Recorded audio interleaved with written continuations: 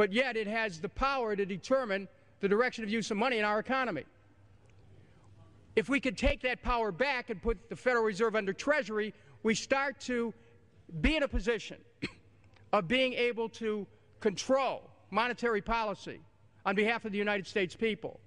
The Federal Reserve is totally private, and Alan Greenspan 2 weeks ago on PBS on Lair NewsHour said on record that they are above the law, the Congress, the President, everyone.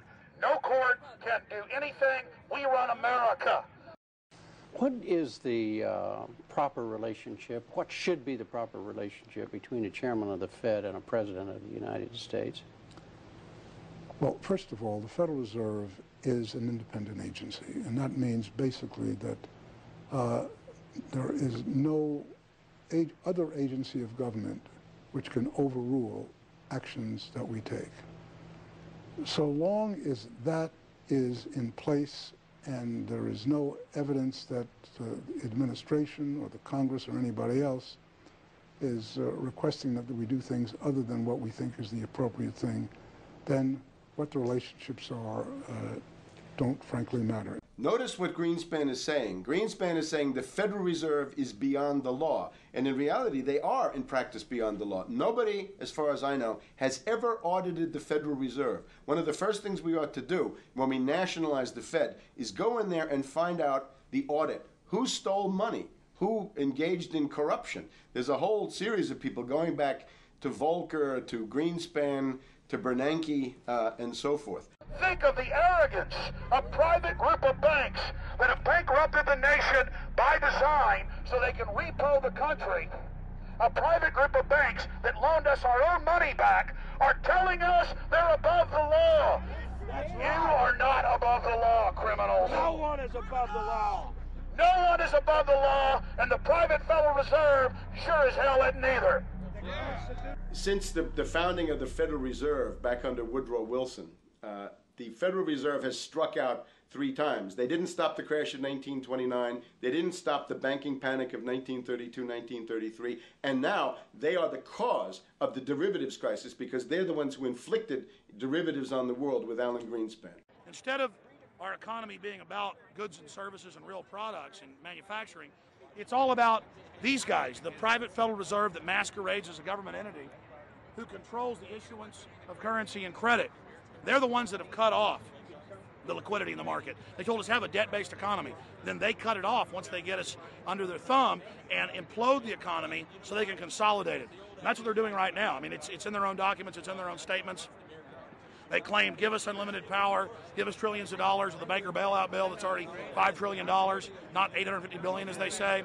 And we'll get the economy going, but they're hoarding the money and buying up other banks that aren't part of the Federal Reserve, buying up insurance companies, buying up roads, infrastructures, media empires, defense contractors.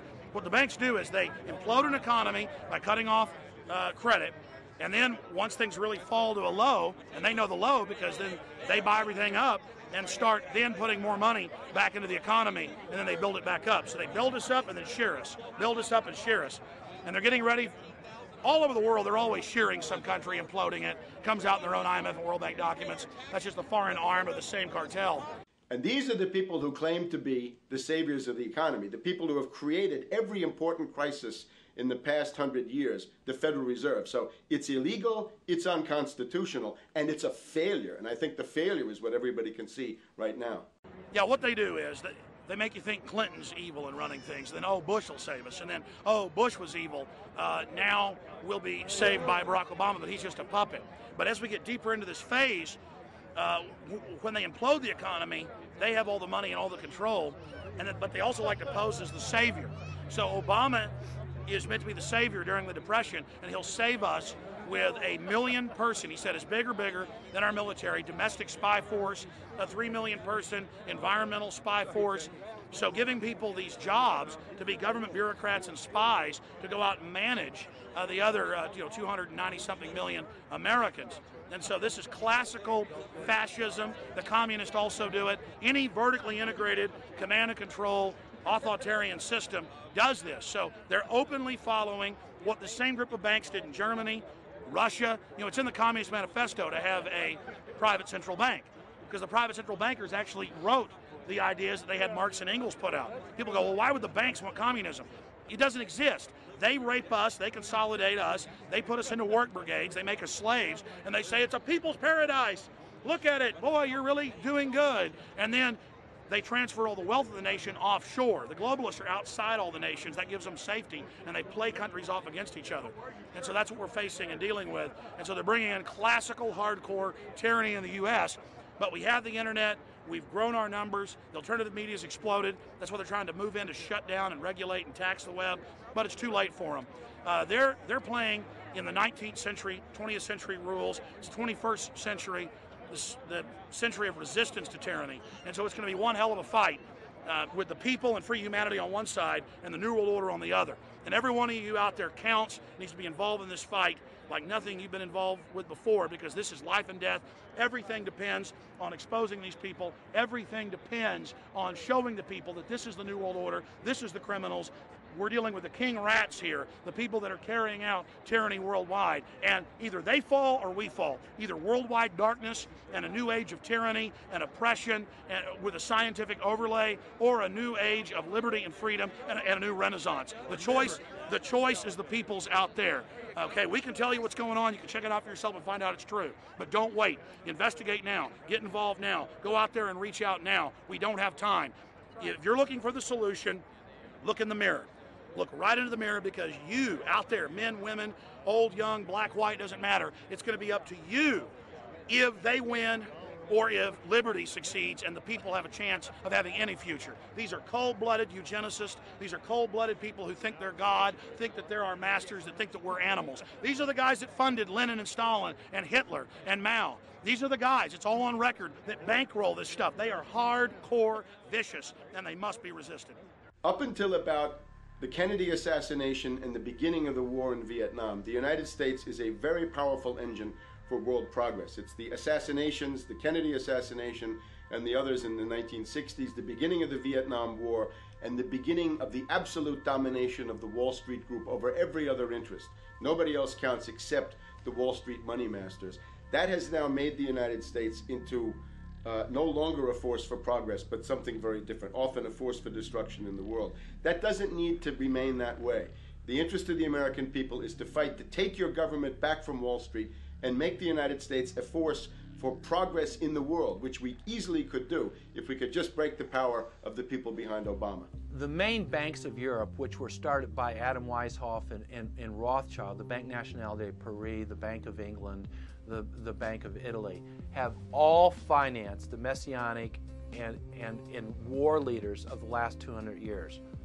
Napoleon, Lenin, Stalin. They backed Adolf Hitler. They backed Franklin Delano Roosevelt. And they are backing right now Barack Obama. The banking cartel had established a beachhead in 1913 through the Federal Reserve Act. In 1947, they set up a parallel shadow government through the National Security Act. From 47 on, the national security state began the long process of absorbing federal and state bureaucracies, while at the same time undermining the constitutional power of Congress and dominating the executive branch. By controlling the issuance of currency and credit, the private Federal Reserve was able to buy up most of the Fortune 500. And if a company wouldn't sell, the bankers would unleash federal regulators to run them out of business. Private central banks in Europe, the United States, and England took taxpayer money and loaned it at over 30% interest to third world nations. The bankers would then bribe the leaders of those countries not to pay back the loans. Their third world puppets would sign agreements stating that when the country defaulted, the banks would be given all the natural resources and infrastructure of the once sovereign lands. But worst of all, the countries would pledge future taxes paid by the people in perpetuity as profit to the private banks. By the year 2000, there were few nations that had not fallen to the designs of the money power. The globalists were now ready to start their final phase of world government takeover, the destruction of the Western nations' economies.